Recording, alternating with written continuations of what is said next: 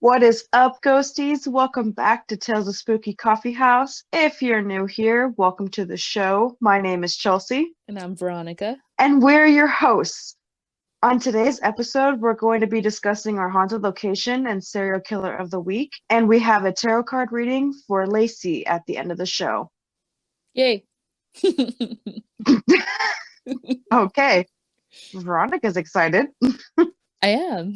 So, what's up? How you been? What are you drinking? Well, we decided to kind of last minute record this episode, not for any reason, but just because we both happen to have time. So it is a little late for coffee. So I'm sorry I'm not drinking coffee. I'm just drinking water, man. I'm good. Dude, it's What? 10 o'clock at night for me, and I'm drinking coffee. Yeah, but see, I have insomnia and I have anxiety. So like it wouldn't work out, I promise. I promise you. I have There's anxiety just too, asshole. how am I? Wow. Anyways, Jesus. Starting early with the attitude, man. What was the question? Yeah, I'm Yeah. good. What about you? What are you doing? How you doing? I was gonna say, what do you mean, what am I doing? I'm recording a podcast with you. Man, I know. Unfortunately. This was your idea. What? Anyways, I am doing good. I've had a really long day. I've been Mm-hmm. working and taking care of the kiddos, so that's basically about it. But I am drinking coffee Mm-hmm. because I have no excuses not to drink coffee when we're recording our podcast because that's what we agreed on. Sorry. You know what? I've had enough of this. I'm gonna head out. It was nice knowing you guys. It was nice doing this podcast while it lasted. But my time here is done. Wow, a new record, 3 minutes. Ew.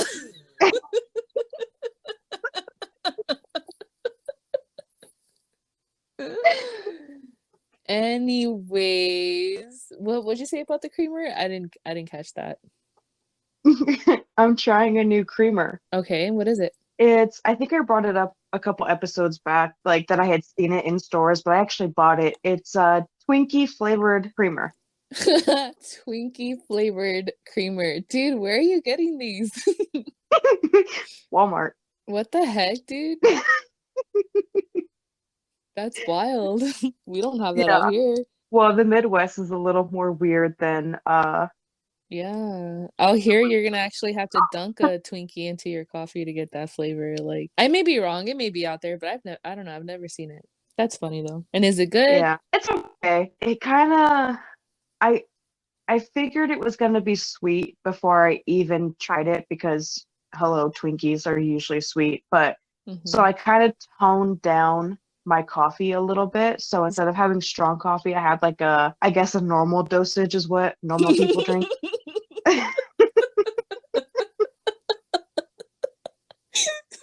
What? I just can't. That sounded so funny to me. Normal dosage. It's not Anyways, drugs. it is for some people.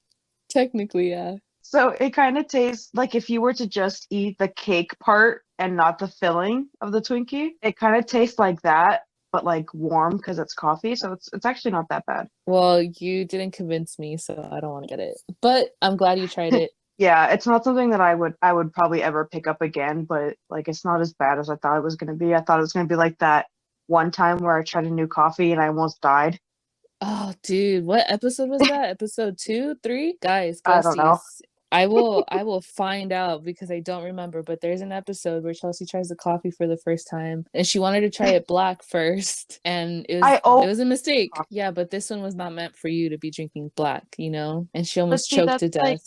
that's the thing though, is like I always try coffee black because if the coffee tastes good, then I just put no flavor creamer to just kind of tone down like the coffee taste a little bit, so I still get that flavor. Yeah. I don't know, but I always try coffee black just to see what I have to add to it. Yeah, the coffee that I last got, that I last talked about, like the newest one, the Don Francisco vanilla. Oh fuck, I don't even know. I have to go look at it. But without anything, just it by itself has like the best taste I've ever like tasted. As far as when it comes to black coffee, like it has so much flavor already. Like, is this even considered coffee? Like, I don't know. But yeah, it's pretty bomb. I really want to start trying Bones coffee. Bones coffee? Yeah, it's a coffee company. They have a website. You can go to like coffee.com. Okay, because my brain was Sample thinking something packs. else. What the fuck were you thinking? I don't want to say. But anyway, so they have like a bunch of different things where it's like Cinnabon, but like sin is spelled like sin, like the sinner. Love it. S'more time, Highland grog, strawberry cheesecake. So yeah, Costa Rica, they have like all kinds of different things. And they even have a coffee subscription so you can get your coffee cheaper. I love their packaging, to be honest with you. Like I have seen my TikTok is very crafty. So like I always get like these little random craft ideas. And one of the things that I saw was to take your own photos and stuff and epoxy the top for a coffee table. And I was thinking of doing that with like the bones packages. Trying the coffee. If I don't like them, then like that's okay because we don't waste coffee in this house. But yeah, I think that would be really cool. I like packages and I think that using those to make a clear coated tabletop would be awesome. So That'd be pretty cool. You're gonna have to either send me a picture or post it on Instagram so I can see it. yeah, I'll post it on Instagram and I'll tag their company on there because like I have been wanting to try them forever and Yeah, just haven't been able to yet. do that. All right, Chelsea, well, I have a couple questions for you that I want to answer myself too, okay? So don't leave me out. Um, Okay. one of my first questions for you is what is the greatest sunset you've ever seen? Ghosties, think about it. What's a sunset that you'll forever remember as being like the most beautiful or whatever? I low key kind of really hate you right now for that question Why? because I might actually tear up a little bit. Oh my God. Okay, so what I was gonna say is that I hope it brings you back to a happy moment, but It no, see, it is a happy moment. It's just yeah, it was a happy moment with Grampy. yeah. Talk about it. Tell me about it. What made it so great? What were you guys doing? Uh, Like, so in middle school, Grampy had always wanted to take me fishing, and so we got up at the ass crack of dawn, like 3 o'clock in the morning, which at the time was really hard for me because I was staying up until 3 o'clock in the morning, so having to get up was like killer. But we had everything ready. We had the fishing poles, we had the bait, we had all of that, and we drove to, I think it was Long Beach to the pier. We started fishing and I got to watch the sunrise with him while we were putting bait on the fishing poles. I love that. That's a very beautiful like memory to have. So like vivid in your brain, you know? Yeah. What's the greatest sunset you've ever seen? Want to hug you. Okay, so my turn to tear up. The greatest sunset that I've ever seen was with my mom and dad, and this was, I don't know, maybe 6 years ago. And we're in Ensenada and we're walking on the beach, right? And I'll post the video. I have the video. So hopefully people watch, I mean, listen to this episode so they could understand that post because then it's just gonna look really random. I'm pretty much walking behind my parents and I'm like taking pictures of them and then the sunset's in front. So if you look up forward, to your right is like the ocean, right? Beautiful, clear ocean. And then ahead to the center right-ish is like the sunset going down, and then there's this hill. So it goes behind that hill. So eventually you look and it's just like the orange, the yellows, the just those beautiful like colors, right? And then it slowly starts turning into like this purple, this pink, this blue. Like it's just so beautiful. And yeah, I'll forever remember that moment. I'm so happy I caught it on camera and I'm so happy I still have it. But yeah, that's the greatest sunset I've ever seen, for sure. Awesome. All right, we're I gonna had a take a minute feeling and cry. I'm just kidding. I had a feeling that it was gonna be a sunset in Ensenada, but like that was really beautiful. I really wish you would have gone that one year that we were planning on you going. But I already I knew like know. Nana wasn't having it. But No, it wasn't even that. It was the fact that all of the cartel violence that just like sprang up that year. We already know like Mexico has a slightly high crime rate. Like that wasn't the problem. It was just like the fact that it was so high at that time, like that's what threw Nana and Mom off the idea. Well, I'm hoping I can still go in the future though. This is a beach that I grew up going to. My parents have been going since before I was born with my brothers. It's just I at one point I consider that like my second home, you know? But I still plan on going. So, you know, we'll go. Yeah, I plan on going with you one day. So, It's on the to-do list. Um, along okay, with like a million other things.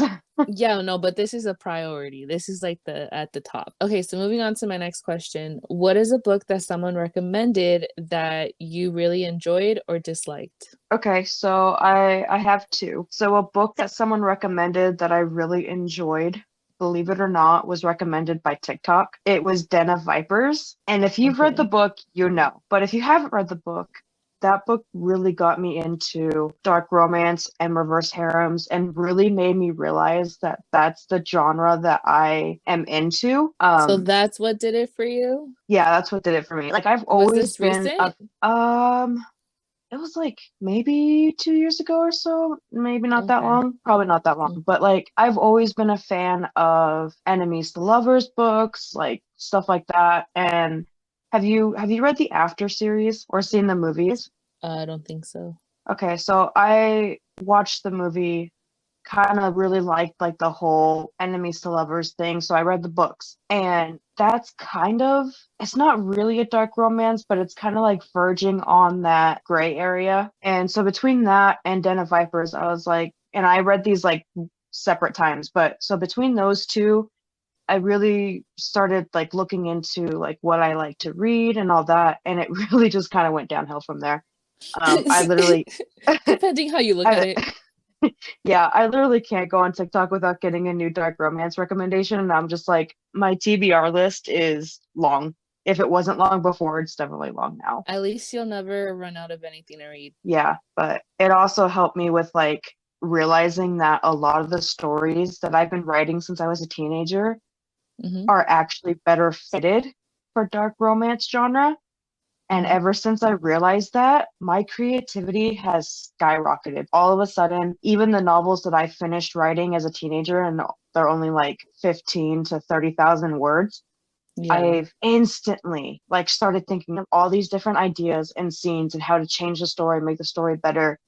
And I actually, one of them I wrote or started to rewrite for my thesis for graduate school. So So this that this this recommendation has really inspired you, huh? yeah, yeah. So like my first, I can't say my first novel, but my second novel, which is going to be published hopefully in December of this year. It's not so much a dark romance, it's a forbidden romance, but it kind of falls into the genre because of the topics that I talk about and go Hmm. over. But because of reading Den of Vipers and kind of falling into that genre, it's really helped to shape it. And basically, what the genre did for me was make me realize that I shouldn't give a fuck what people think about my writing. If I think it fits in the story, that I need to write it. Hell yeah. Yeah. But hell yeah, So, Chelsea, I love that for you. yeah, I love that for me too, because it's just like I now have more confidence in my writing because I realize like it doesn't matter if only like 100 people read my book, if those 100 people really appreciate the writing. So Hmm. that's kind of Hmm. that was recommended that I really enjoyed, and one that I really disliked called Haunted. It's by Chuck Balahook. I'm pretty sure I'm saying his name right, but he's Hmm. the author that wrote Fight Club. And this novel is something else. It took me 2 years to read, for one. What? Yes. My old neighbor, who John and I still talk to, we're really close with, him and his wife are really into books too, and they let me borrow this book because they thought I would like it. And Little did I they read know. yeah, I read Fight Club in like a week, and I was like, yeah, okay, like he's not a bad author. Let me try another book. And they're like, here, read this. You really like the horror, the gruesome stuff. They're like, you're gonna like this. When I tell you that I had fucking nightmares and I almost threw up a couple times, I am not joking. I want to read it. Okay, it's called Haunted. Yes, ask Stephanie. I think Nick has the book. You might be able to borrow it. Okay, for sure. Yeah, but like, it's just, And he even said, like, in an interview, I don't know if it was like if I read it at the back of the book or whatever, because I always read the author's note and acknowledgments and all that. But he said that he wanted to write a horror novel that was different from anything out there, and that was it for me. I Yeah, look it forward to was. reading that one. Yeah, yeah, go into that book with caution, dude. That book really fucked me up. I'm But with that excited. being with that being said, I really didn't like the book, but at the same time I kind of did Yeah, no, I get because you. like, well, as a writer, he set out to write a horror novel, and as a writer myself, I feel like he accomplished that. But at the same time, it's just not my taste and it's not what I'm into, and I was just like, but I stuck it out and I read it. And I had a really long conversation with my old neighbor about it. I think we talked about it for like 4 hours. Like, y'all are into some weird shit, bro. Yeah, I was like, "Are you sure you guys actually read this book? Did you really think I was gonna like it? Because this is really fucked up." Like, yeah, yeah. Wow. Like I can't even give you spoilers because like the spoilers will make people think that we're insane. And yeah, it's just I didn't like the book. Okay, so what's a book that you liked or disliked that was recommended? Okay, so a book that was okay, technically it wasn't directly recommended to me, but it's Pedro Pascal's favorite book. I And fucking I fucking knew that it was gonna be Pedro Pascal. and so like yeah, someone asked him like what's one of your favorite books. He was like, well, I just read a book called Franny and Zoe. So I was like, Franny and Zoe, and I googled it, and I ordered it and I read it, and it's different from what I'm used to reading, I guess. But I really like the message it had at the end. But the first part, Franny's part, she's like meeting up with her boyfriend, but her boyfriend's like a dick, bro. And I'm just like, what the fuck is going on? Like reading it, you know? Like, so what's supposed to happen here? But anyways, yeah. So Franny and Zoe. You can move on to your questions now. Fucking Pedro Pascal. What is something that you would say is your guilty pleasure in life? Pedro Pascal. No, Really? it honestly would be ghost hunting, like ghost That's stuff. that's your guilty pleasure? That's yeah, I mean, what do you have a different answer for me? No, I was just asking. Oh, okay. I was like, because I'm interested. Tell me. Um, no, yeah, I think that because like I feel like a lot of people, not that I'm ashamed of it, like I still talk about it, I don't give a fuck. But a lot of people will look at you weird. Like, so you're telling me that you drove 8 hours to do this museum that's supposedly haunted, drove back 8 hours the next day, possibly more because of traffic, just for that. And yeah, Yeah. I fucking love that shit, bro. It's what I love to do. It's what makes me happy. It gives me a little thrill, like. So yeah, ghost Yeah. hunting or being into the paranormal. What about you? Uh, Is it the dark romance stuff? you know what? I'll say that. That'll say yeah, we're gonna go with Mm-mm. that. Nope. No. Take your time. I'm here. We're chilling. What's up, ghosties? What are you guys up to? What do you guys do when you're listening to our podcast? I know some of y'all are driving, some of y'all are smoking. Let me know when you're ready, Chelsea. Um, so my so my guilty pleasure is well, you know what? I guess it would be dark romance, but it's definitely my guilty pleasure is reverse harems. What is that? It's Ew! guys Hurry, with one this girl. fucking smile on my face is painful. Wait, what?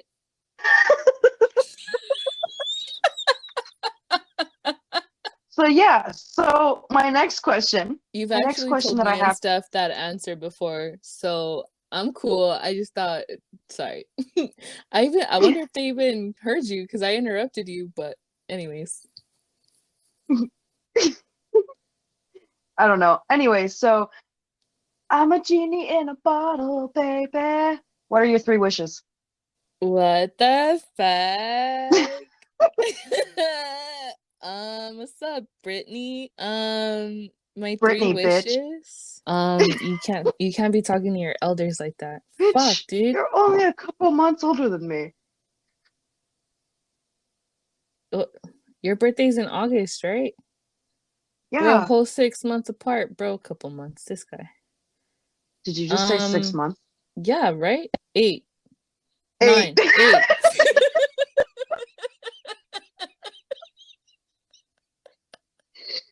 8 months.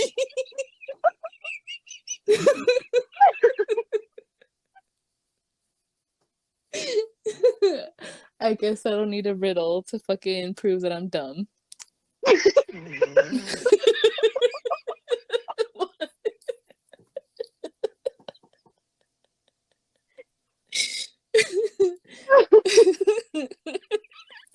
What are your 3 fucking wishes?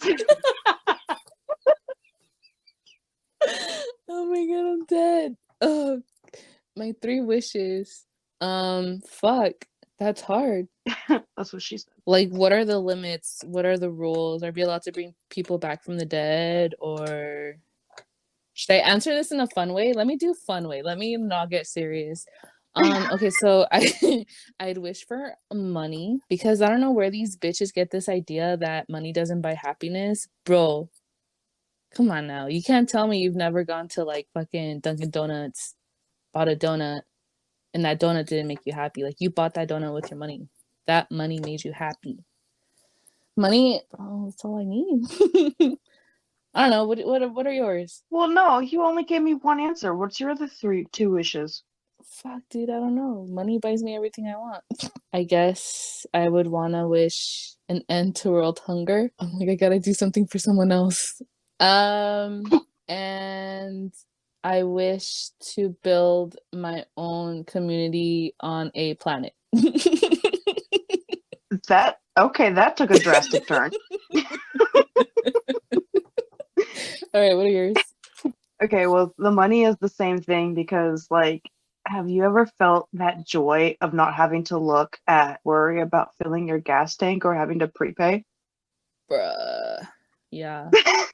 I too would end world hunger just because I've advocated for that before, so like that's important for me. But then I would also wish for there to be peace in the world and not a lot of hatred and war and stuff like that. So yeah. Yeah, the events of the past week have been quite heavy and shit that should have been avoided a long time ago. And anyways. Yeah. So you wanna jump into the location of or haunted location of the week? Yes, ma'am. What's going on, ghosties?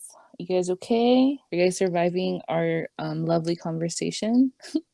So yeah, my haunted location of the week is Poveglia Island. I'm really excited about this one because we thought we had it bad through COVID. Just you wait. So Chelsea, how would you feel if someone told you you had to quarantine on an island during COVID? Would you do it?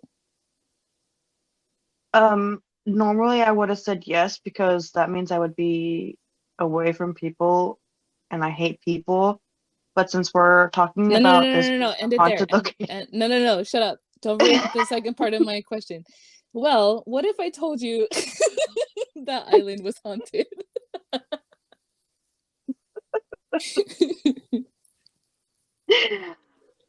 It depends on what you mean by haunted. Well, let's get into it. Hopefully, I remember to re-ask you that question at the end. Poveglia Island is located off the coast of Venice and Lido, Italy. It is nicknamed the Island of Ghosts due to its dark history. People were forced onto the island if they showed the slightest symptoms of Black Death. So the island was used as a quarantine station from 1793 until 1814. So the slightest symptom, dude. You coughed once. You know how people were really scared to sneeze during COVID, like the first few months? Dude, yes. Like that was, it's funny, but it's legit. Like it was a thing, right? Yeah, it was a legit thing.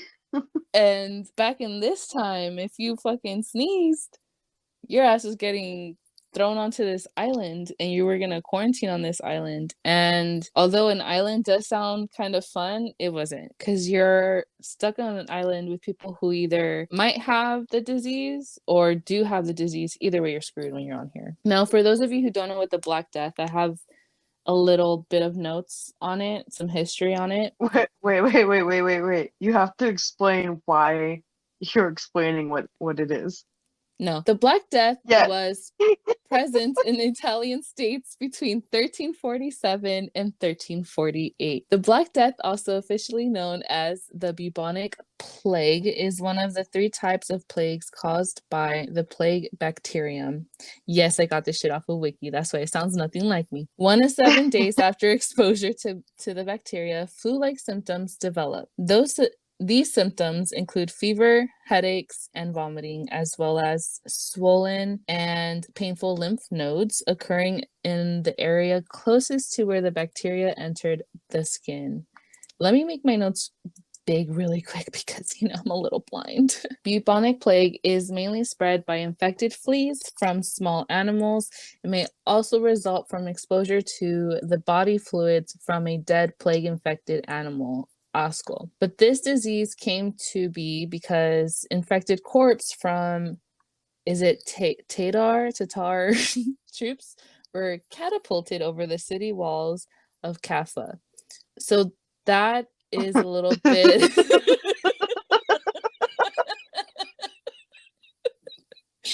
on the Black Death.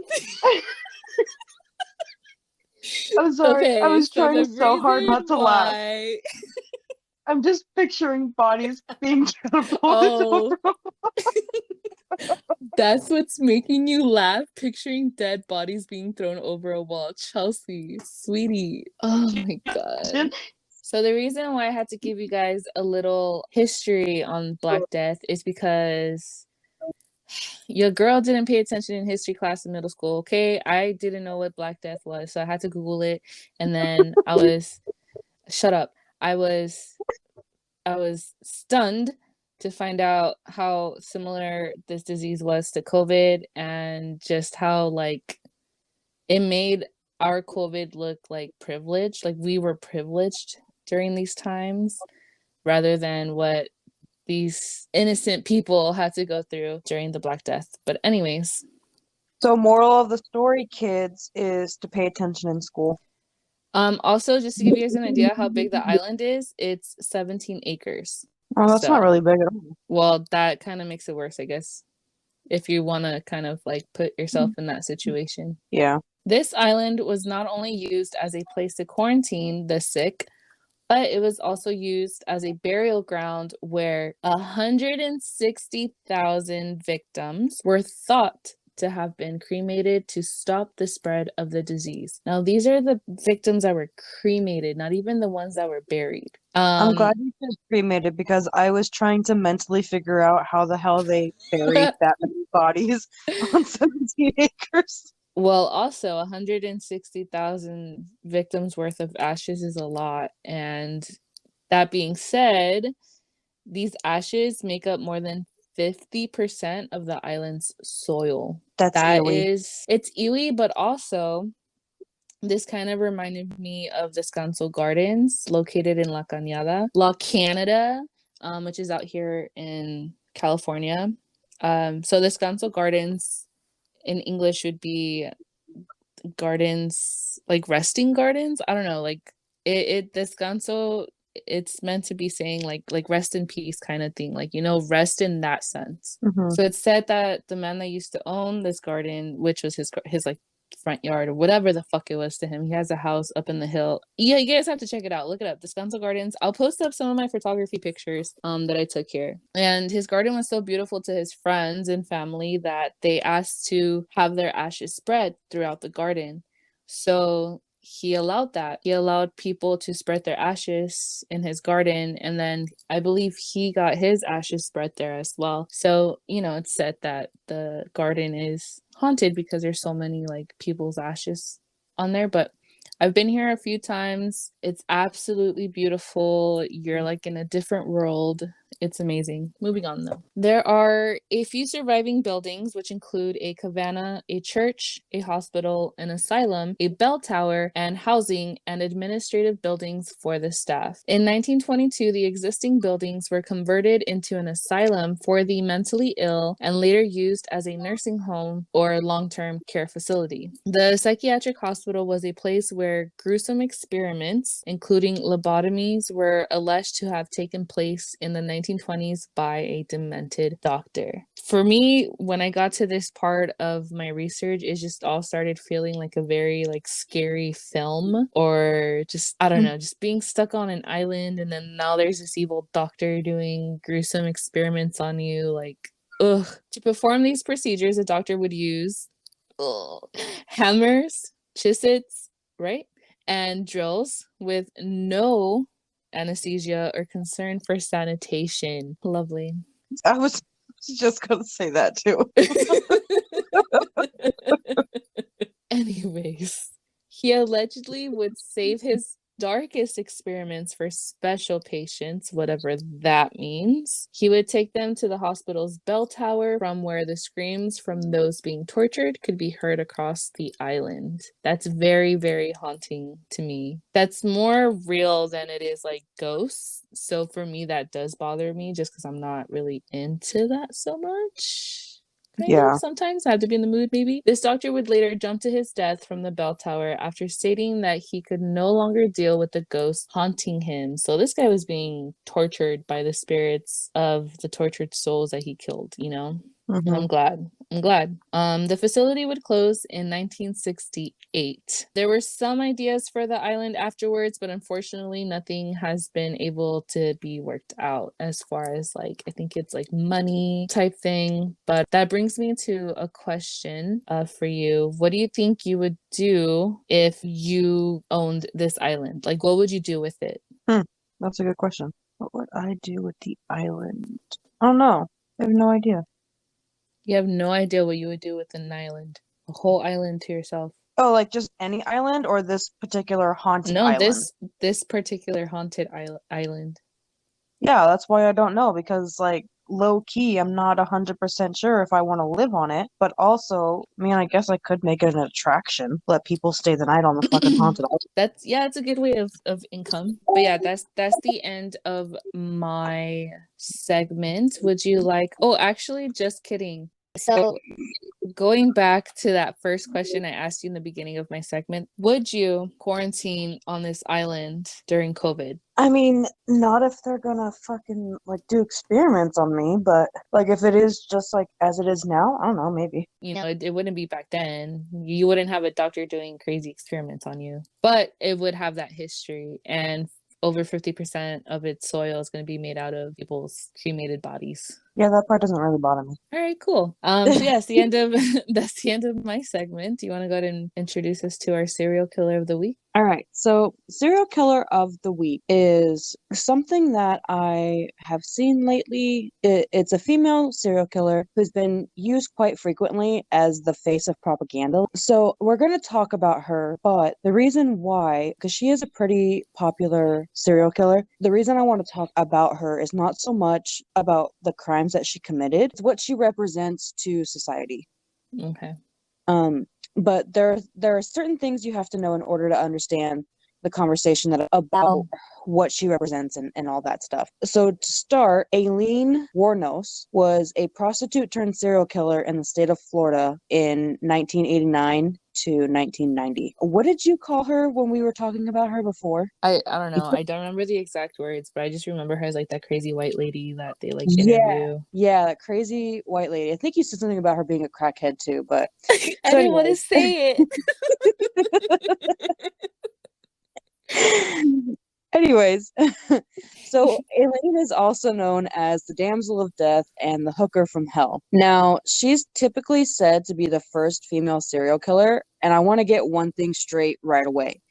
Aileen Wuornos is not the first female serial killer in the world or even in the US. She's the first female serial killer in the state of Florida, but that's it. She is, however, one of history's highest profile female serial killers because of what we've learned from her. And by we, I mean profilers, the FBI, police, you know, all that kind of stuff. But recently I've seen her as the face of many different propagandas, and one in particular is for killing rapists and not having any remorse for it. So before we get into that, let's talk about Aileen herself. So Aileen Wuornos was born in Michigan, February 29th, 1956, and she was executed by lethal injection at the Florida State Prison on October 9th, 2002. Now, some important things about her start from the very beginning of her birth. Aileen's mother, Diane Wuornos, was 14 years old when she married Aileen's father, who was 18-year-old Leo Dale Pittman. She was 14.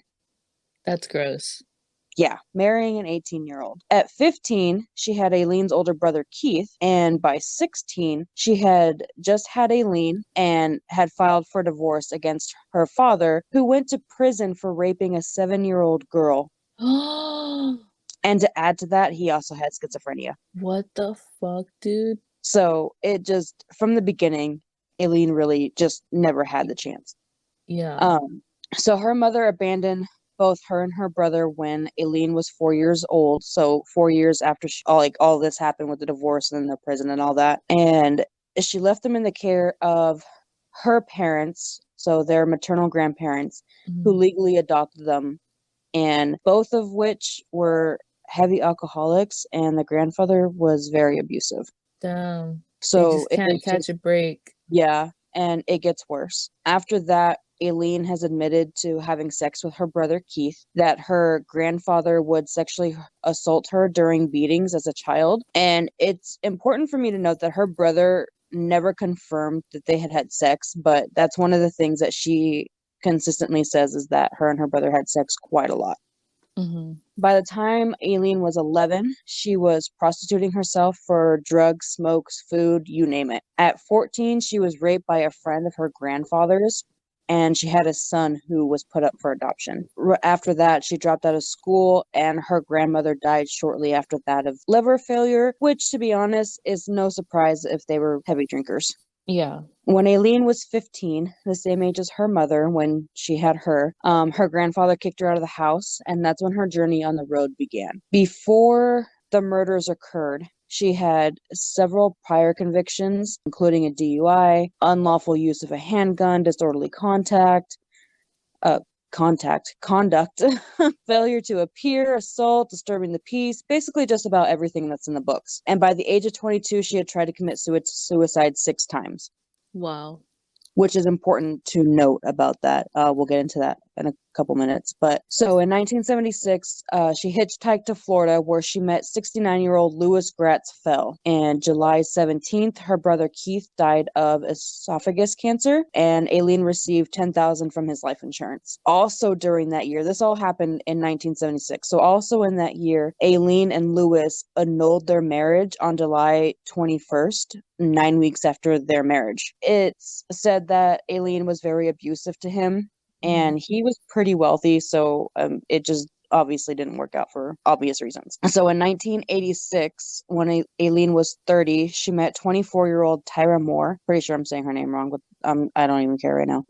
They moved in together and were dating, and after Aileen's arrest, she testified against her in court. So she's pretty much being betrayed by everybody that she's ever known. Everybody that's important in her life. So now going on to the murder, like that's everything that you need to know before the murders. So now the history of the murders. The first murder was Richard Charles Mallory. He was 51 years old, and he was murdered on November 30th, 1989.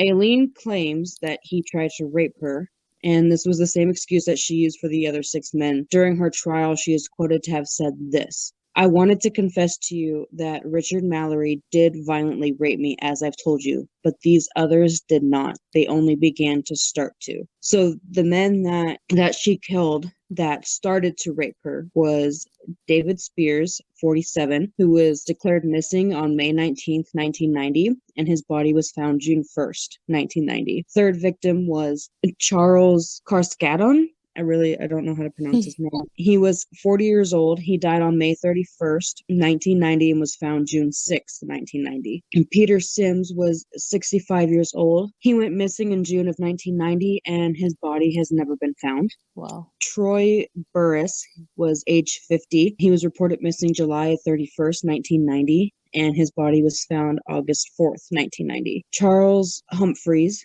was 56 years old. He was a retired Air Force major, former state child abuse investigator, and former chief of police. He was murdered September 11th, 1990, and his body was found September 12th. The last victim, Walter Antonio, was 62 years old. He was a trucker and a reserve police officer. His body was found November 19th, 1990. So those were her victims. And it's really strange to me because when you go on to like look into these men, she claims that they, besides Mallory, who she says did rape her, these other 6 attempted to. And it's just really weird because you've got a former chief of police, a security guard, trucker, a retired seaman, and it brings light or like attention to the fact that all of these men were different, but they all had one thing in common, and that's their sexual assault towards women. Now, a lot of people will say like, well, there's no proof because she's a prostitute, like there's no proof that they tried to rape her, but that's not the point that we're getting to right now. It's just the fact that like all these men, they were completely different. There was no connection to who they were other than wanting a prostitute for the night. Yeah. Categorizing Aileen Wuornos, this is why she's such a high profile serial killer. She's not just a serial killer. She's also listed as a psychopath, a disorganized asocial offender, a non-social offender, and a hedonistic killer. All of those, they're different types of killers as far as how you look at them when you're profiling them, which is really strange. So she's like the first person that really showed that many types of killer groups, categories. So Wuornos was found to have a psychopathic personality. There's a test that they give to determine whether or not somebody is a psychopath. So she scored a 32, and the cutoff score for a psychopath is 30 in the United States. Wow. Is this test free? Like, is it online? Can I take it? I'm pretty sure it has to be administered by a professional, but it's also interesting to note that the cutoff for a psychopath is 30 in the United States. Okay, I was very clear about that, right? Yeah. It's 24 in the UK. Oh, what are y'all doing out there? Do you want to take a guess at who scored a 39? I wouldn't know. Oh, you don't even want to take a guess? Mexico? No, he is a serial killer in the United States within the last 100 years. Dude, that really narrows it down. He's very popular. Ted Bundy. Yes. Cool. I mean, he's not cool, but like, cool, I got it right. Yeah. Yeah. Ted Bundy scored a 39 on this test. Aileen she also met criteria for borderline personality disorder and antisocial personality disorder. So her case drew national attention to issues like gender and violence and the legal treatment of acts of self-defense by women. Now, again, like we said, she was claiming self-defense because Mallory raped her and the other 6 were trying to rape her. So that's really why the legal treatment of self-defense acts was brought to attention.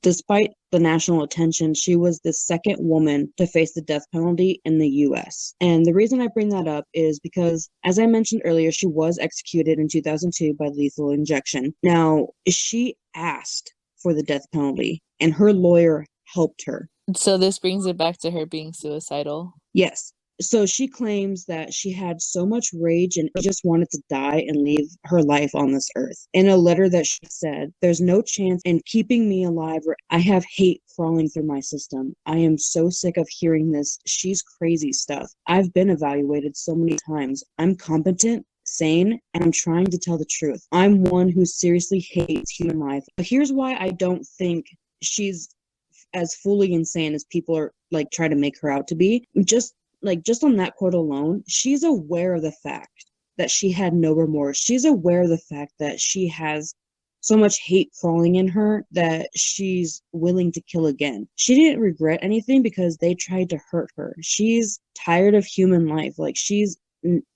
always seen the bad in people. Yeah. But also at the same time, most women would feel the same thing about somebody that tried to rape them. So, but that doesn't make the entire female population psychopaths, does it? No. No. So, anyways, we'll come back to that. So, another thing about her is the attachment theory. British psychologist John Bowlby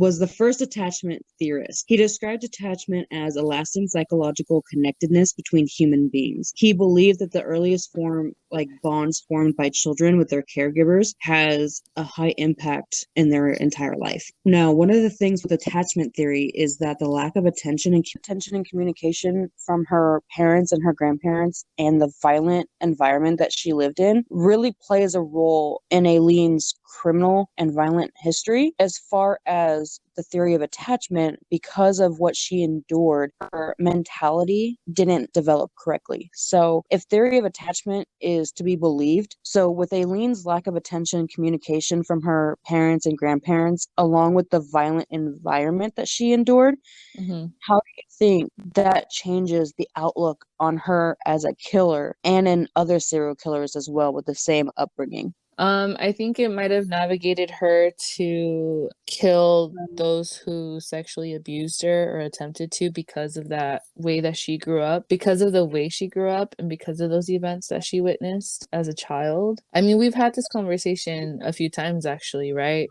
Whether how much of someone's environment growing up really has to do with the monster they later became, or if they were already mentally ill and it was inevitable. Because that kind of leads into my next question, where how can this theory be used to prevent serial killers?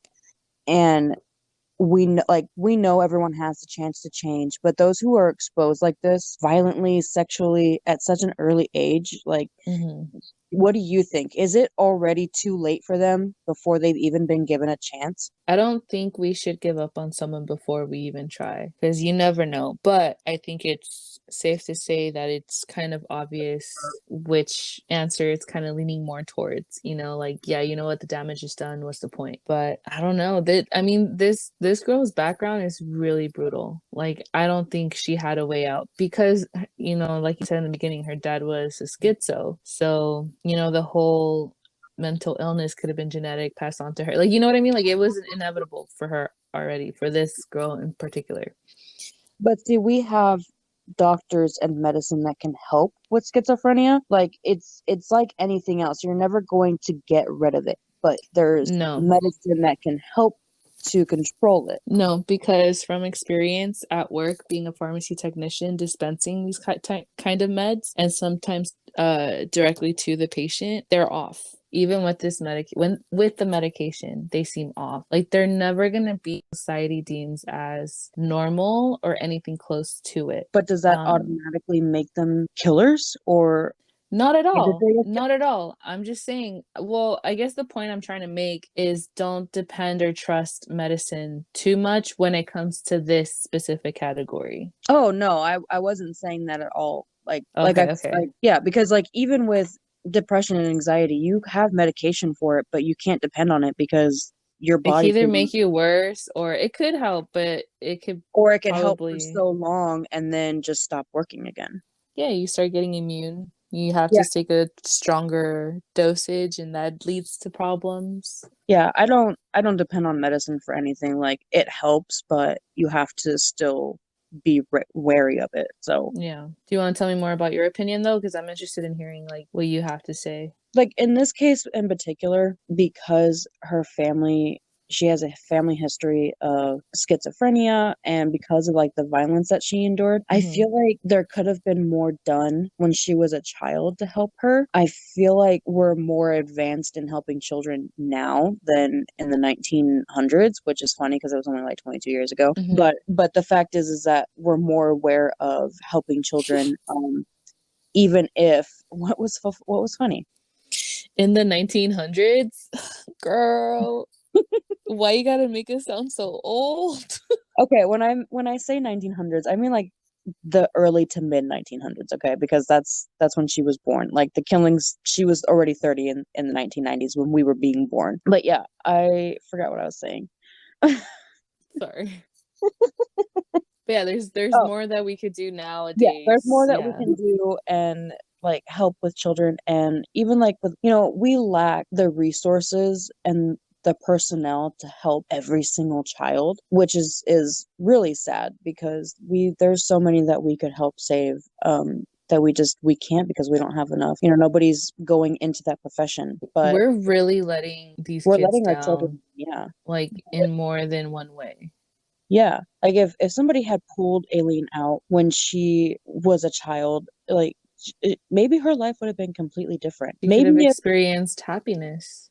yeah, and maybe if her mother hadn't been married off at 14 years old, things would have been better for the whole family. I mean, we speculate on what ifs, but it goes to, like, this is one of the reasons why it's such a high profile, because it goes back into every single detail. Well, how can we prevent this in the future? What made her the way that she is? Like, there's just so many things to consider. Yeah.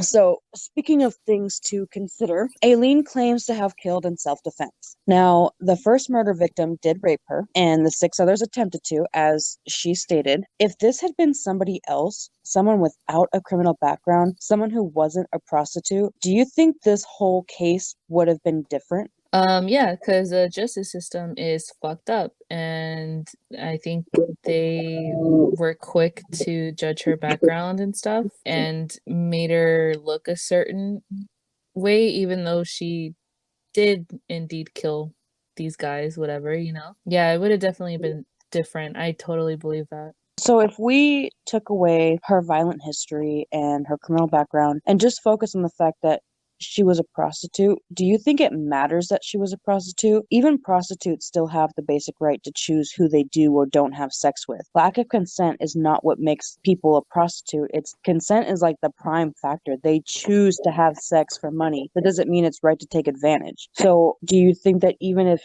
she had no prior convictions and it was just the fact that she was a prostitute, do you think that it still would have went down exactly the same way that it did? Well, first of all, you're right. I agree. Second of all, yeah, because some people just get so stuck on stereotypes and, they're just so closed-minded too, if that makes sense with this conversation. Yeah, so basically, like, because she was a prostitute, she was asking for it. Yeah, pretty much. It's like, what don't people say, well, she didn't want me to grab her ass, why would she wear that outfit? Yeah. She wanted that attention. She wanted me to grab her ass. So it's society's fault for being that way. There's a word I'm trying to find to describe it, but I can't find it. It's society's fault. Let's add something else to that. It was never revealed in court, but her first victim, Richard Mallory, had previously served a decade-long prison sentence for sexual assault. Wow. Now, knowing that, who's to say he wouldn't have continued assaulting women if Aileen hadn't killed him? When does it end? Where do you think the line should be drawn? I hope you're not asking me that, because I don't know. Yeah, well, But that's it's a for good your question opinion. though. Like, if she didn't kill him, like, would he have continued going? Which I'm kind of leaning towards yes, but I'm not a serial killer, so I'm sorry, I can't answer that.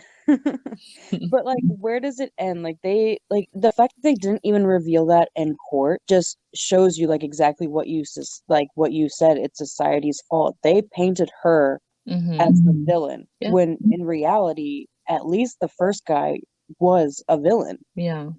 Going on to the next part, we're gonna talk about the right to live. The right to live. Okay.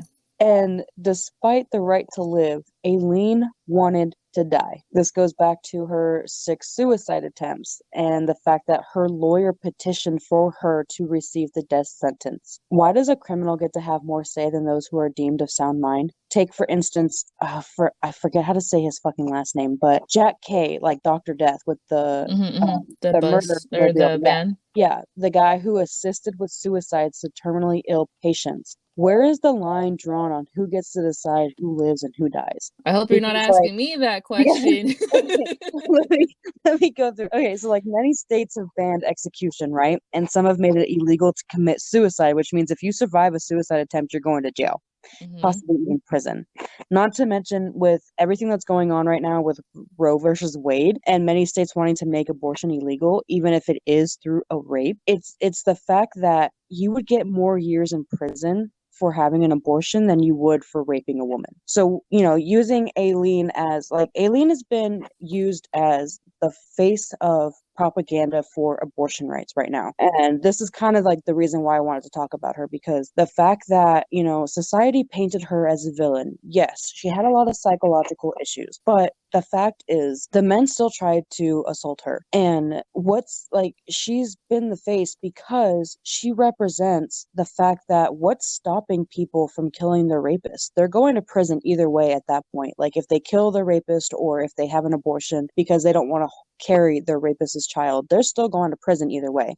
Yeah. So, you know, her face has been used for propaganda like that. It's also been used for assisted suicide because, like I said, she did ask for the death penalty. Her lawyer petitioned for it. And it's the fact that they're using her as an example. Like, she represents so many different things, and she's not even alive anymore. And it's the fact that right now she's the face of a movement to women who feel they would rather go to prison for murder than have an abortion. And it really just makes me question the state of the world that we live in right now. The fact that we are using a serial killer as the face of propaganda to get the attention of our government. What do you think? I think Like we're what are your using. thoughts on like using her for propaganda, for like what she like Well, what she I represents? think they're just trying to show how far they've been pushed and what they're capable of. You know, they're not gonna sit down and take all this bullshit. And if they continue to do so, like, what's to stop them to doing what Eileen did? Like you said, either way they're going to jail, right? For either the abortion or killing someone. So Yeah. what's to stop them? And I think that's just them kind of warning these fucking idiots of what they're capable of doing and what they're probably willing to do in order to prove a point. Now, in your own opinion, would you use Aileen as the face of something that you were protesting against? I think I would really have to like believe her and know her story from beginning to end to make that decision, because I don't think I want to answer that question without, more research on her and just And I'm like kind really, of, sitting down and like processing that information. You know what I mean? yeah, and I'm really glad that like that was your answer, Yeah. because that's kind of how I feel too with people that have not looked into her case. Yeah. And it's just the fact that some of the things that I've seen, it's so obvious to tell that they're using her face for their like they're just like they're using her face to gain attention for themselves without actually knowing what they're talking about. Yeah. Like they're like, oh well, she killed men that tried to rape her, and it's like, okay, but did you take into consideration any of the other factors, or are you just using it for publicity? If you ask them, they're gonna be like, what other factors?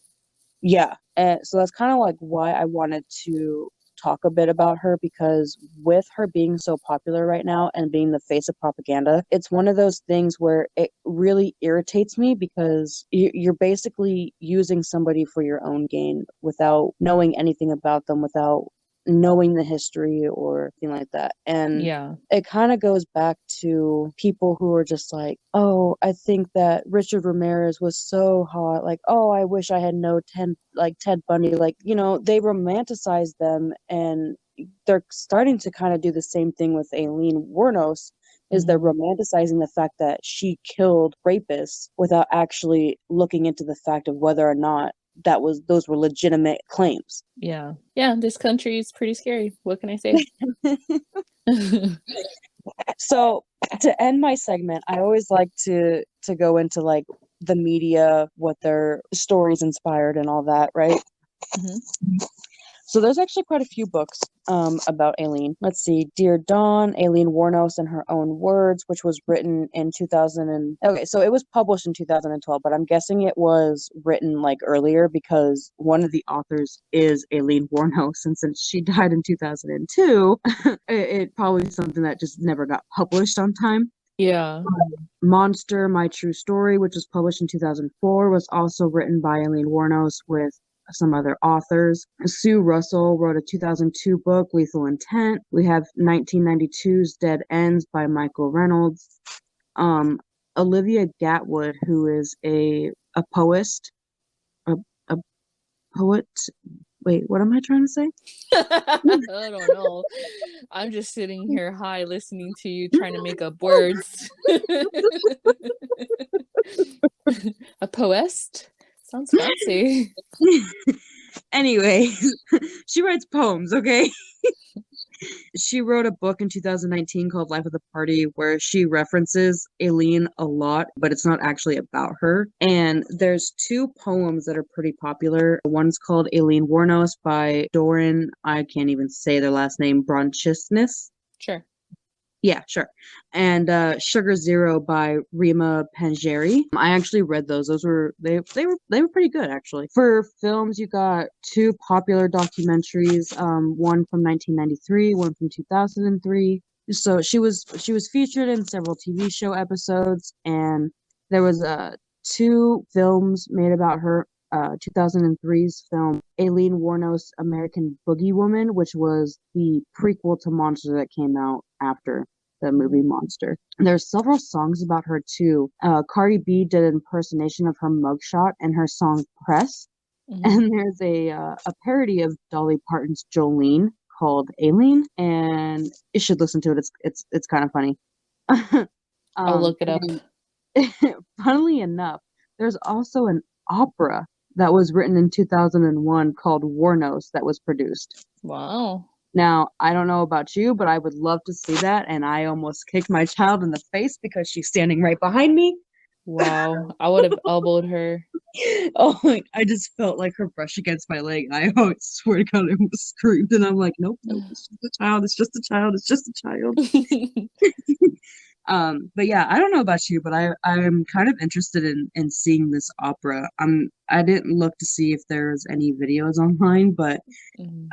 I'm interested in like the cinematography of it. Like I want to know how they made an opera based on this serial killer. Yeah, that's like me finding out Green Day was going to be on Broadway. Like, what? Yeah. But yeah, that ends my segment for Aileen Wuornos. That was a ride. Yeah. There's just like honestly I could still probably go and just so much more detail, but Yeah. No, we need to stop at a rest stop, sweetie. yeah. I just wanted to like talk about the fact that like she is being used for propaganda, just kind of like go into her history and stuff. Yeah.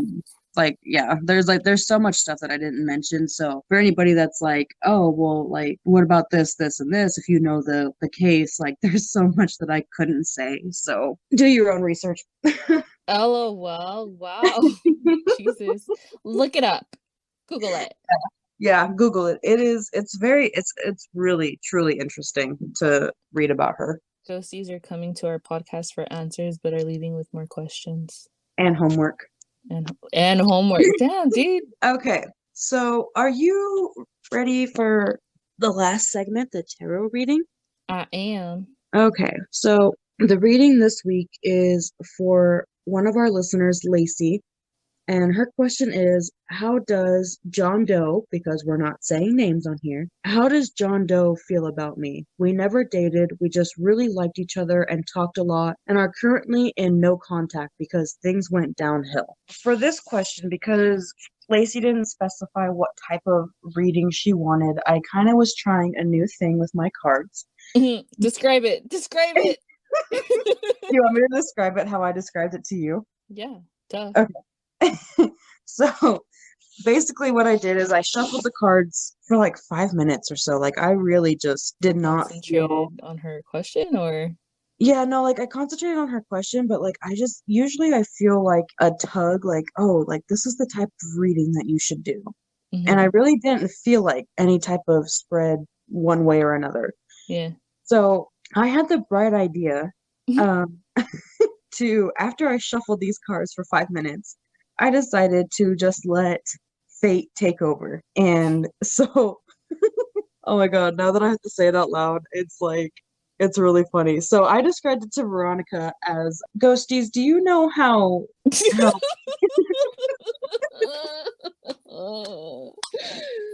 Sorry, keep going. Do you know This is how- wait. This is gonna be on TikTok. This is for sure the No. part that I'm gonna screen record and put on TikTok. No. Okay. Go ahead. Do you know how you take dollar bills and you just kind of like shuffle them off to strippers? Like, you got the stack of bills in your That's hand. not and what you're she just like, said. She said, you know how you throw money at strippers? That's what she said.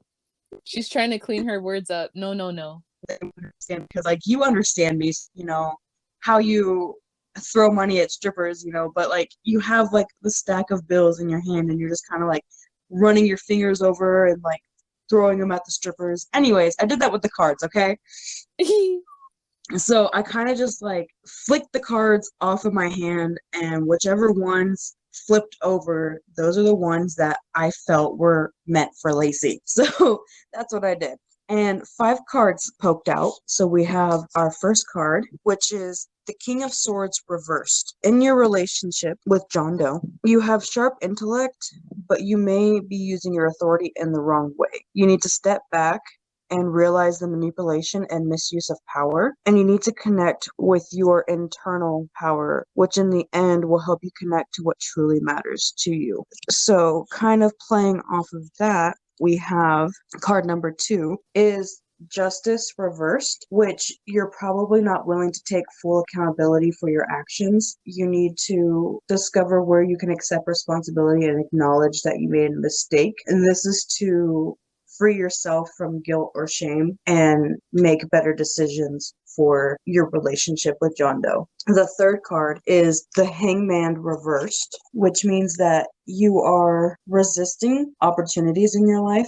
and you need to take a pause to see things from a different perspective. The fourth card is the Two of Pentacles. So you have a lot of priorities going on in various aspects of your life. There's going to be a lot of ups and downs. And you are adaptable and flexible, but you're juggling a lot of decisions and you need to focus on prioritizing to find a balance. And the last card is the High Priestess. Now is the time that you need to just stop and tune into your intuition. You have the opportunity to access knowledge within yourself, and you need to hold the answers to the deep unknowns. You need to start trusting your inner instincts to guide you. So basically, what all of these cards tell you, together, you've got a lot going on. You have the ability to take control of everything in your life, but because you have so many decisions to make, your priorities are not seen by you, and it has a lot to do with your relationship with John Doe and the reason why it's not working out.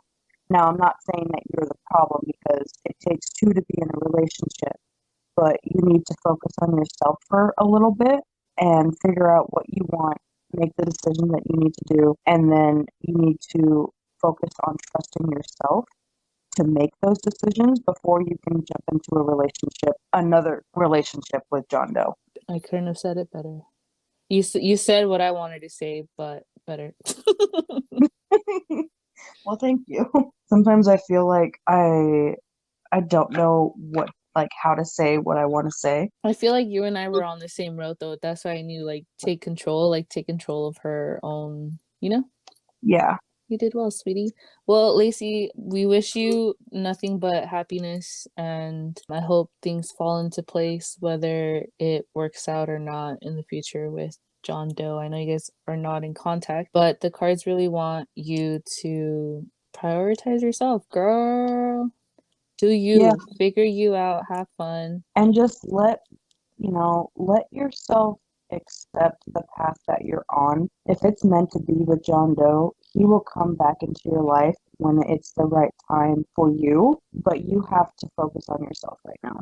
Mm-hmm. Because even if he does come back and you haven't prioritized yourself, it won't work out again. All right, ghosties, thank you for joining us this week. Make sure to give our social media a follow, where we'll be answering questions and doing polls. If you want a tarot card reading, feel free to DM us, tweet us, whatever. Send us your questions and we'll choose one lucky person a week. We're your hosts. I'm Chelsea. And I'm Veronica. Have a spooky weekend. Talk to you guys next week. Bye. Bye. Don't be saying bye like I do. I say that. Bye. We both do that. Shut up. Bye. You want to say it together? Okay, 1, 2, 3. Bye. Bye.